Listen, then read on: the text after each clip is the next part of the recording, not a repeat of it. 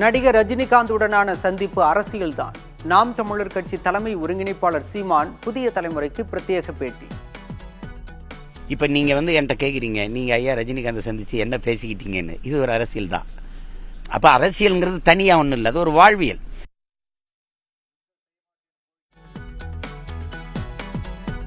System சரியில்லை என்பது குறித்தும் நடிகர் ரஜினிகாந்துடன் விவாதித்ததாக சீமான் விளக்கம். திமுகவை எதிர்த்தாலே சங்கி என கூறுவதாகவும் சீமான் பதில். அது இன்னும் இருக்குதானே, ஒரு நல்ல தலைமை அப்படிங்கிறது அது மக்கள் தான் முடிவு செய்யணும், எது சரியான தலைமைங்கிறது. இங்கே தலைமைகள் தலைவர்கள் உருவாவதில்லை, உருவாக்கப்படுறாங்க. நீங்கள் பார்த்து நீண்ட காலமாக மக்களிலிருந்து மக்களினுடைய துயர துன்பங்கள் அடித்தளத்திலிருந்து அவனுடைய பசி, அவனுடைய கவலை கண்ணீர்லேருந்து மேலே வரணும். அப்படி இல்லாமல் திடீர்னு வர்றது இருக்குது பாருங்களேன். இப்போ உருவாக்கப்படுகிறவர்கள், உங்களுக்கு தெரியும் நான் என்ன சொல்கிறேன்னு. அரசியலில் திடீரென சிலர் தலைவர்களாக உருவாக்கப்படுவதாக சீமான் கருத்து.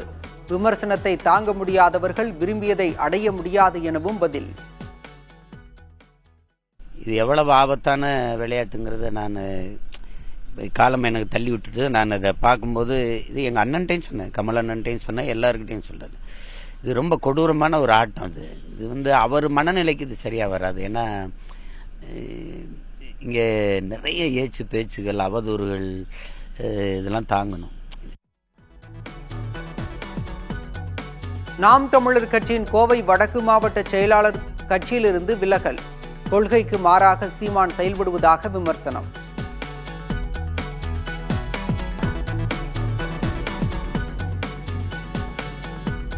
செங்குன்றம் அருகே இந்தியன் ஓவர்சீஸ் வங்கியில் கொள்ளை முயற்சி.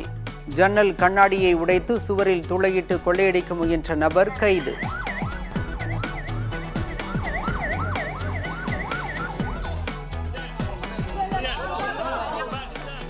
சென்னை துறைப்பாக்கத்தில் ஆக்கிரமிப்பு வீடுகளை அகற்ற எதிர்ப்பு. போராட்டத்தில் ஈடுபட்டவர்களை கைது செய்த காவல்துறையினர்.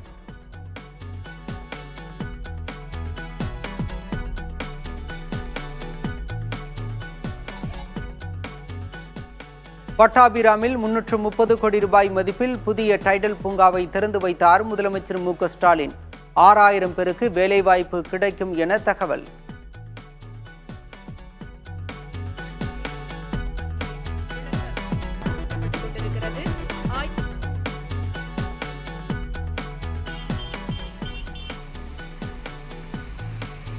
சென்னை பூந்தமல்லி அருகே சாலையோரம் மலை போல கொட்டப்பட்ட குப்பைகள். நள்ளிரவில் டன் கணக்கில் குப்பைகளை கொட்டியது யார் என விசாரணை.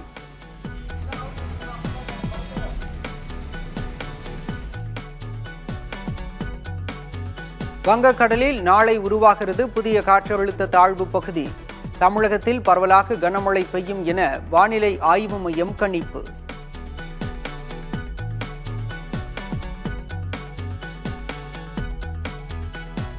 புதுக்கோட்டையில் சாலை வசதி கேட்டு நாற்று நட்டு மக்கள் போராட்டம். 50 ஆண்டுகளாக சாலை வசதி இல்லாமல் தவிப்பதாக குற்றச்சாட்டு.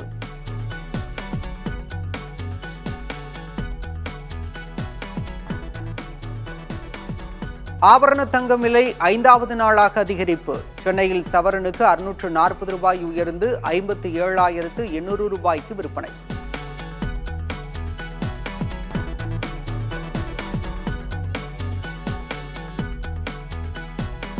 அதானி மீதான வழக்கு பதிவால் இந்திய அமெரிக்க உறவில் எந்த பாதிப்பும் ஏற்படாது. வெள்ளை மாளிகை தரப்பில் உறுதி.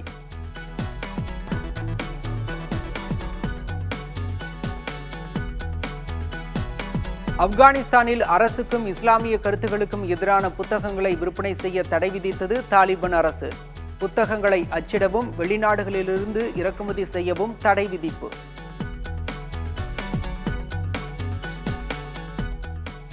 ஆஸ்திரேலியாவுக்கு எதிரான முதல் டெஸ்ட் போட்டியில் இந்திய அணி திணறல். 6 விக்கெட்டுகளை அடுத்தடுத்து இழந்ததால் ரசிகர்கள் அதிர்ச்சி.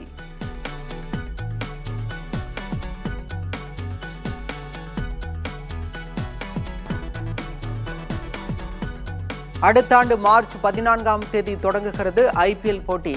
கடைசி போட்டி மே 25ஆம் தேதி நடைபெறும் என BCCI அறிவிப்பு.